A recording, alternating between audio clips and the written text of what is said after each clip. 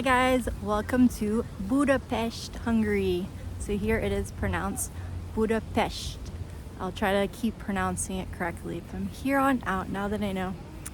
Last we spoke, I was in Bratislava, Slovakia. So I'll catch you up on where we left off before I go into everything here.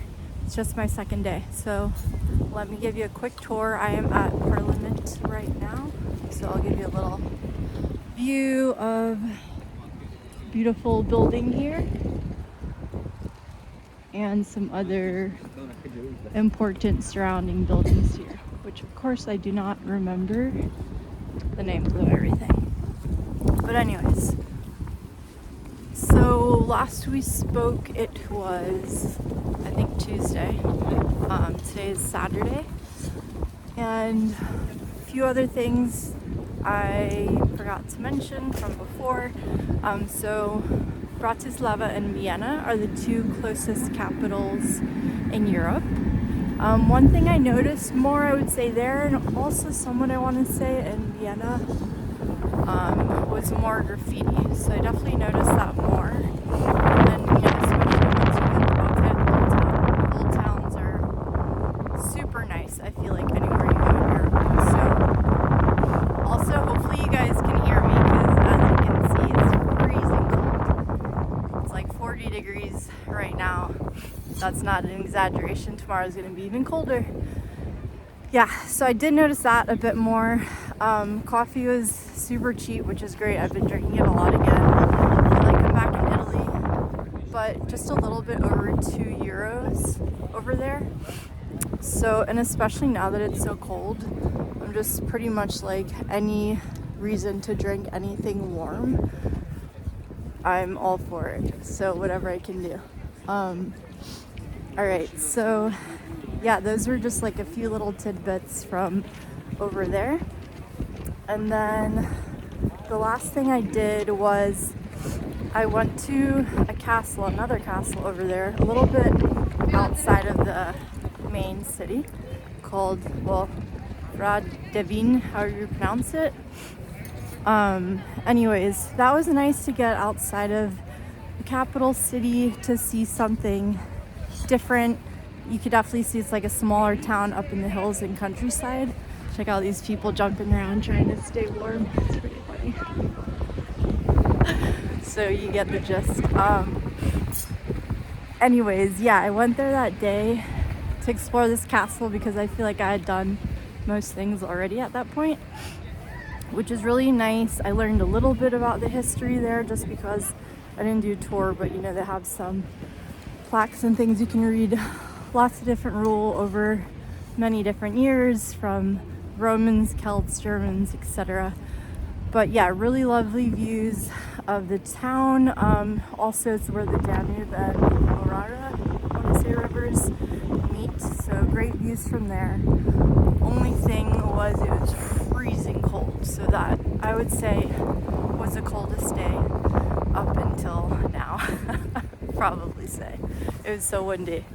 But anyways, explored there one day, and then the next day was Thanksgiving, so that was Thursday. And I went to this other town, Modra, outside of Bratislava, so got to see another town. Getting there was a bit of an ordeal because I was supposed to take this one bus that was direct, and I couldn't find, like, I basically have been using Google Maps, which is great for the most part. I couldn't find basically where the bus stop was. And after waiting around for a while, I basically was like, all right, how else can I get there? And tried this other route, which involved a bus and then a train and then another bus, which goes into another point even more. But, you know, I had mentioned prior how I noticed like no one was checking the tickets. But for the first time when I was on the train, someone checked the ticket, and luckily I had the paper ticket, even though it wasn't stamped. I didn't know if it was gonna work or what the deal was, but I just showed it to him, and like he made it like it was fine. So that was nice.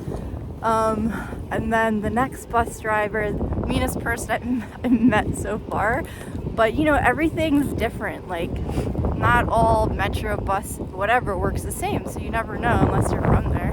Of course, you know, he didn't speak English, so we can't communicate, and I'm like showing him the ticket, I don't know what he's saying, and then I tried to put it in the machine, it wasn't doing anything, and then I was trying to use my Apple wallet to pay on the machine, because sometimes that works, wasn't doing anything. He's yelling blah blah blah, and finally like grabs a ticket and sticks it in the machine, so it just wasn't in there enough to like timestamp it. Anyways, I eventually got there. It took a while, but it's about an hour away outside of Bratislava. So this town is known for wine pretty much, so by the time I got there, there wasn't a ton of daylight left, and sunset here is at 4 o'clock, so it's even earlier, slightly getting earlier as I continue on. But went around the town a little bit. It was pretty small. I don't really know if I missed much or that's just the case, whether or not I had arrived earlier would have been the same. But I stopped in a few different wine shops and did some wine tasting. So the second place I stopped at was pretty cool. The owner was telling me how they're getting ready for a wine festival there. So it's day too early, but Friday and Saturday they had a wine festival going on there. He said it was sold out, like 3,000 people. They used to sell more tickets and it was just too crazy packed, so they cut it off at that.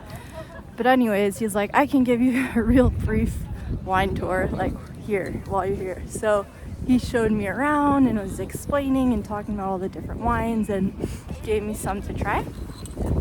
And then I went to this other wine shop and spent, I don't know how much time there, but a very long time.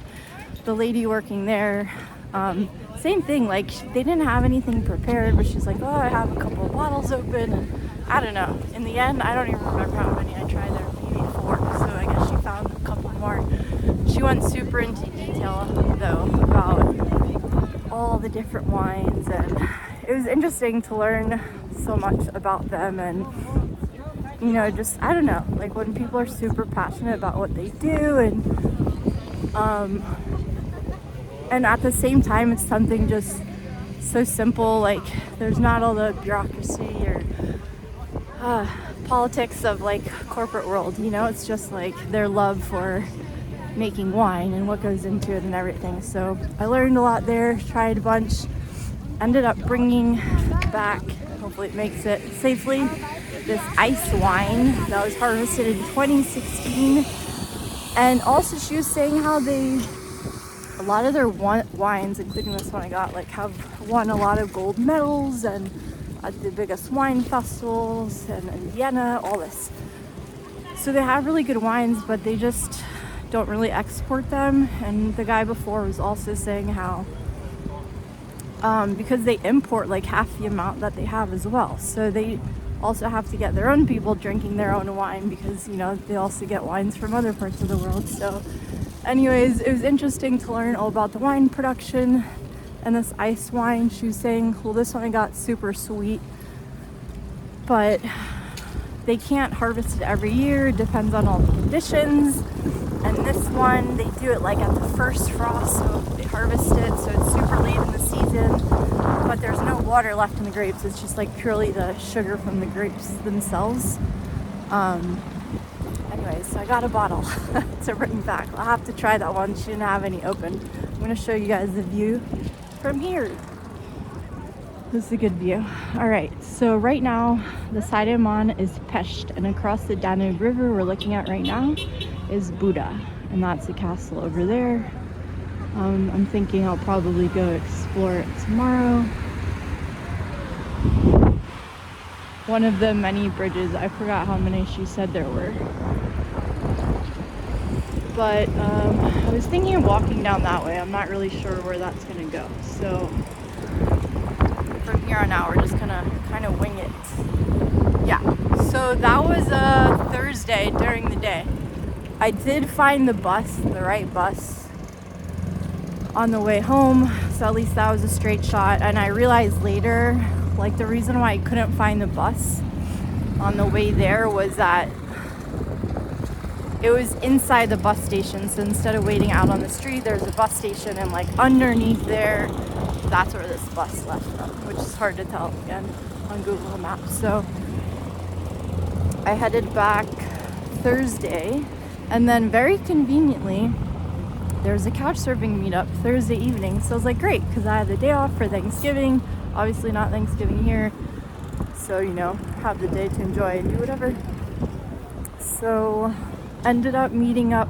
Oh, and right before meeting up, so the Christmas markets also opened on Thursday. So also great timing. Not as big or as many in Vienna, but still cool to check out.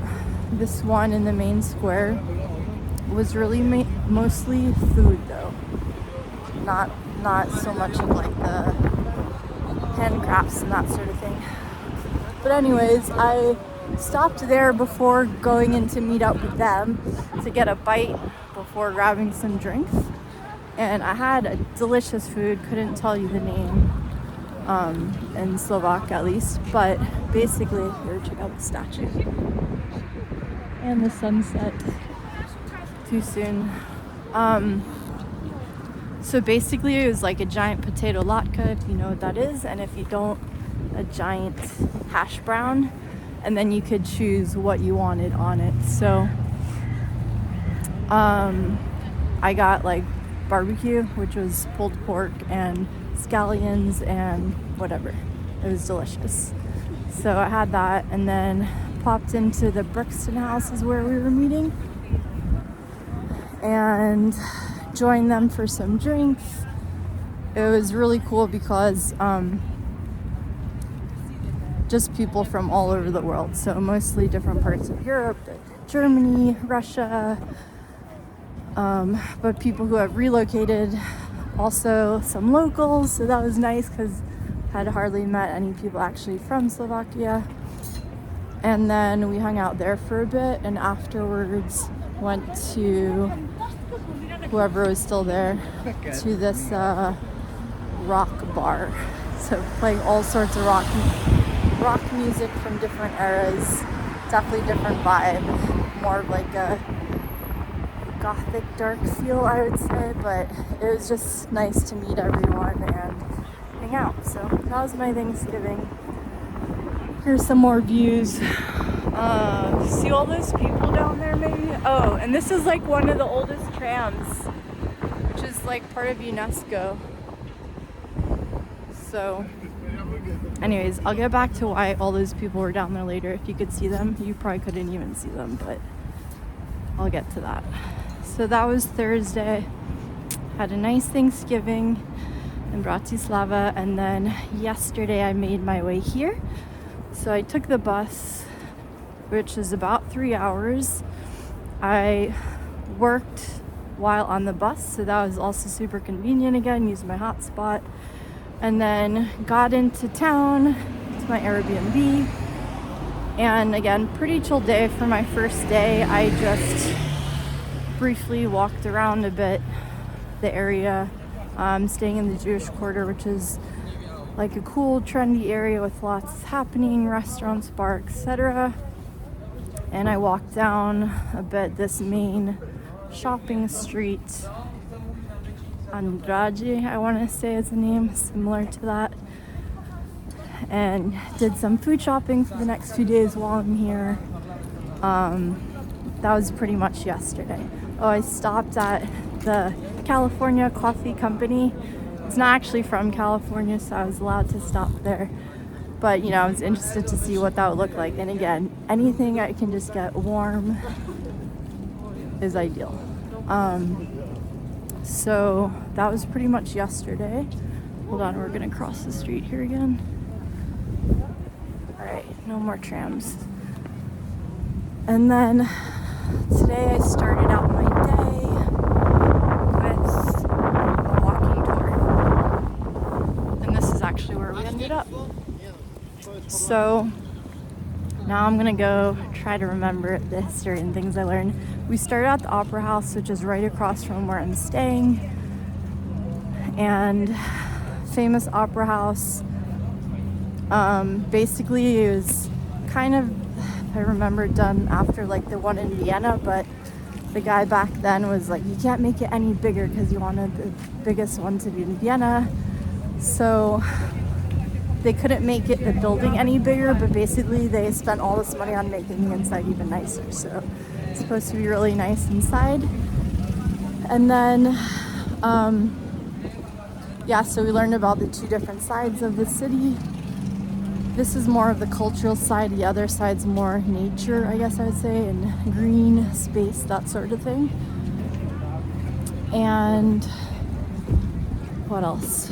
We saw this Michael Jackson memorial, which is all these pictures of Michael Jackson on like a pole or whatever it was.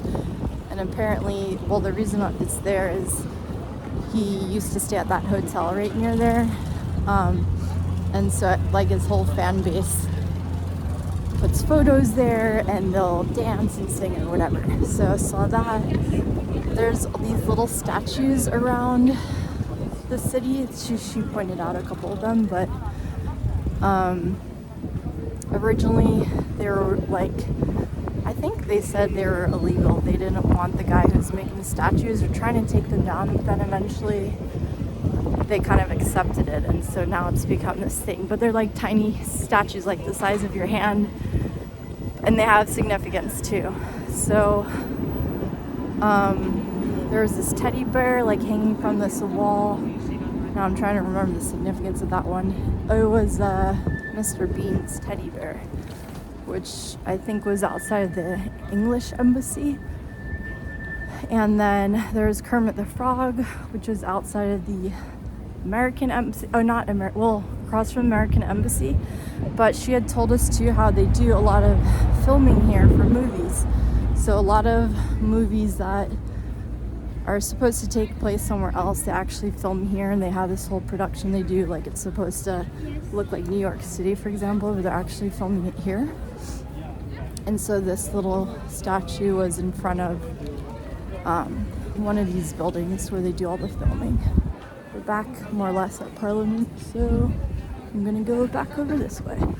Here, I'll show you guys in a second a bit more of this view.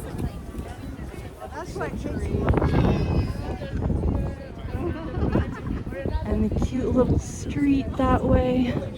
Of course, lots of cute shoppings, restaurants, and markets. So yeah, we checked out some of those statues. You could see the castle kind of where I was before. Castle across the river on the other side. I'm gonna check out that area tomorrow. And then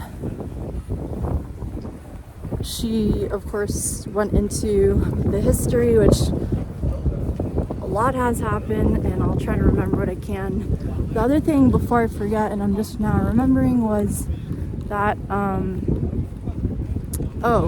Hungary has the largest system of thermal springs underground, so that's a really big part of the culture, history,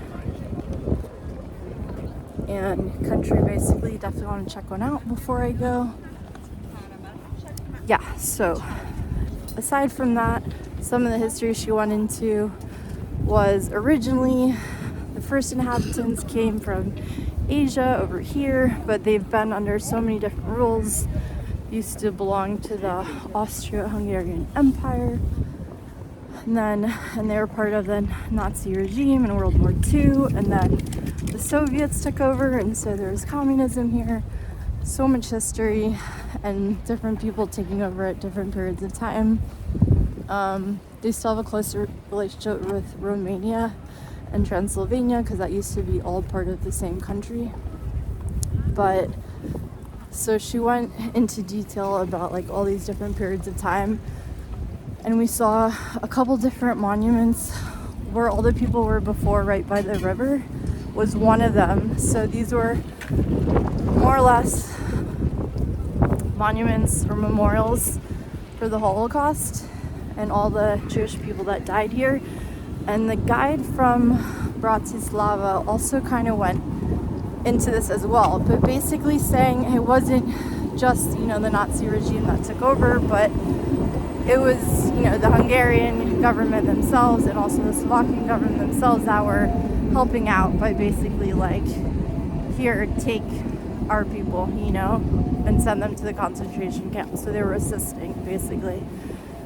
So one of the memorials was by the water where all those people were standing is a bunch of shoes. They're like statues of shoes all along that river, which was super sad. But basically she was telling us that after they sent all these Jews to the concentration camps, and I think once they were kind of running out of time to send them all to the camps, so they were just trying to kill as many people as they could, they would line them up in front of the river, and they would tie it, like make them remove all their clothes, tie them together, and then they would basically shoot the person in the middle so that that person would fall in the river, and then the people tied to that person would be dragged in with them, and then again they would die and drown in the river. And it was freezing cold. It was in the winter time, so you know, it was so cold. Most of them would die soon after landing in the river. So extremely sad history. Really sad seeing that, all the statues of the shoes there. And then the other memorial she showed us too was, again, they had like this one memorial where there's this hawk, which is supposed to be the Nazi regime, and then there's, I forget the statue of the person under it, but it's supposed to be showing that time period again when like they were taking over, but the Jewish people from here were pointing out the fact that like, hey, you guys participated in this, you were helping them too, you know, it wasn't just them, like, you had a say in this and you were assisting. And so the local people from here made their own memorial underneath that one that the government did. And so there's all these photos and like candles and other things that people have left right underneath below that memorial. So anyways, just super sad to learn about, but that was some of the history that she told us about, and obviously they've been through a lot over the years. So I think that's like most of what we covered today on the tour. Of course, I know there's more, but whatever I remember, I'll tell you guys next time, because I know it's already been a while. This is a cute restaurant you can check out in front of me. And heading back to the water on this side. Some words I learned. Let's see. Sia is hi, Bislat is bye, and Kusinum is thank you. So I'm going to try to remember those. Different currency here, which right now I can't remember the name of, so I don't want to try because I know I'm going to mess it up. Florence, it's kind of like that, I want to say. And it's like 386 to $1, so very difficult to calculate in my head. But overall, I would say, you know, prices are relatively cheap, so I don't have to worry too much about, you know, spending money on food and that sort of thing. We're checking the prices beforehand. Yeah, so that's mostly what I can remember so far on the tour. And after that was over, again, it's been so freezing cold, so the goal is pretty much to get inside and just like get warm. So I went inside this restaurant that she recommended and had some goulash, which is a typical dish from here. Pretty sure I've had it before elsewhere, but she said it's different here in case you have had it somewhere else. But it's really good, pretty much like a stew or soup, very tasty. It's a very tender beef inside, potatoes, some other veggies I want to say. And also ordered, well, I didn't know, but ended up being a giant hot chocolate. That was good too. Not hot enough though. I have noticed that with all the coffee drinks and warm drinks, they're not hot enough, so they don't stay warm very long. Here, check out this statue and the bridge over there. still see the sun a little bit on this side. Let's see.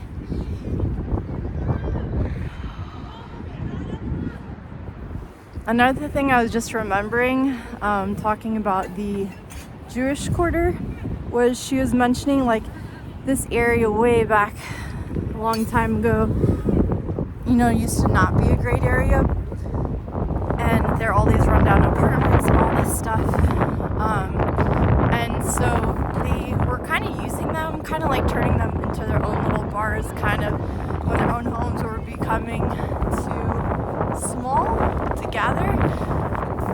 They were like kind of these makeshift bars, these rundown like deserted apartments, and eventually kind of behind this whole thing, which would be cool to check out, but they've kind of turned them into bars, and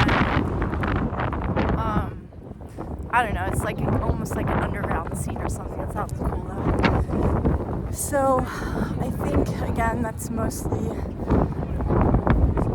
what I've been up to since leaving and arriving here. Whatever other details I've left out, I will catch you guys on next time. And I will try to take one more video before I leave here and go to Turkey. Alright, talk to you guys soon. Bye.